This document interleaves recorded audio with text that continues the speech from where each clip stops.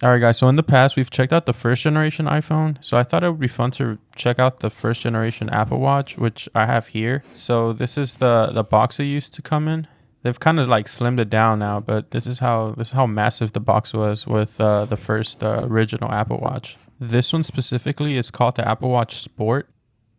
This is in the 42 millimeter. It was when Apple used to call the aluminum 7000 series aluminum. This one I actually got in 2015, so I actually pre-ordered this one and got it on day one. Yeah, which is why the box is it's pretty dirty. I tried to clean it up as best as I could, but that was that was the best I could.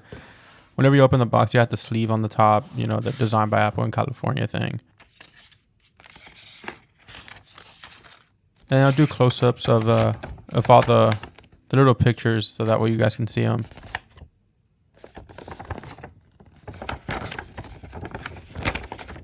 This was running watchOS 1, which is it's kind of different than how it is now with the newest releases. I also show you how easy it was to change the bands out and all that. Below that, there was the plastic case. It was like this plastic case where it used to come in.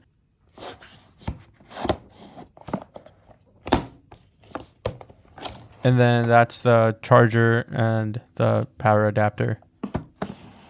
And then the plastic case actually had an Apple logo on it with like a glossy finish to it. And and well, this is this is my Apple Watch right here, and I'll get into why it looks like that. But on the inside, it actually felt pretty nice. I'm not sure how those stains got there, those brown stains. That's kind of nasty, but yeah, it has like this really nice texture to it on the top. And then I don't have the bands anymore for it.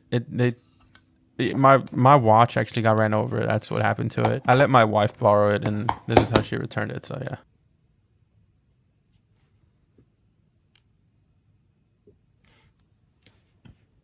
Yeah, I also thought it would be fun to obviously see like how it looks like on the inside.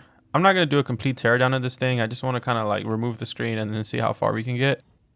Because you can see just how messed up it is. Like the aluminum casing is all scratched up. The back plate is actually like coming off. Surprisingly, whenever she handed it back to me, it was still lighting up. Like it still had battery or something. Like it was still alive. But this was a couple years ago. I just never really bothered with it. But yeah, you can see the back plate is like it's like barely on there.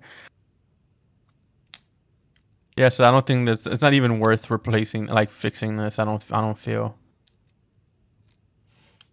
And the screen's all smashed up too. So I guess we'll start off with that, how to remove it, and then we'll kind of get into and then I'll show you guys the inside of it. So traditionally, what you have to do is kind of scrape off the adhesive that's around the screen. Yeah, and on this one, you just move it out the way. There's no adhesive holding it together anymore. As you can see right there, though, you can see the Taptic engine and the battery. The battery's a bit swollen up now that I'm seeing it.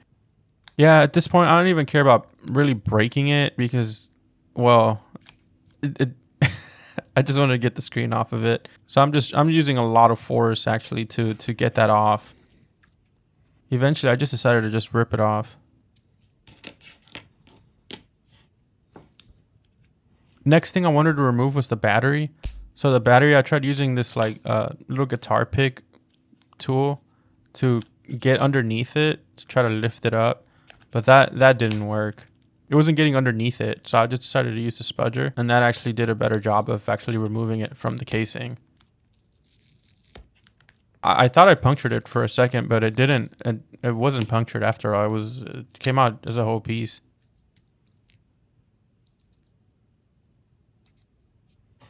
And then once you remove the battery, you can see in there the S1 system on a chip, which is pretty much what's powering the whole watch. Yeah, so the battery actually just unplugged from, it had a little connector right there sticking out of the motherboard. And all I did was I just unclipped it off with the spudger. But after I removed the battery, there wasn't really much that you can do right here to remove anything further. And I just wanted to get a close-up of the mechanism for the digital crown.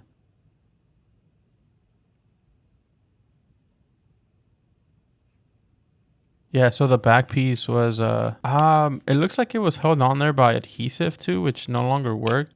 So it did have these like two wires coming out of it. So I just started to just snap it off so I could get out the way. But yeah, it doesn't really look like much you can do back here anyway.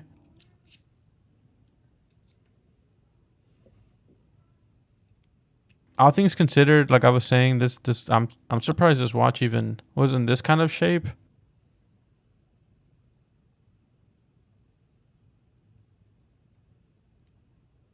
But yeah, that was my quick little unboxing slash teardown of the Apple Watch Series Zero is what it's officially called. All right, guys, that's gonna do it for this video. If you guys enjoyed, hit that like button, and also don't forget to subscribe. And I'll see you guys on the next one.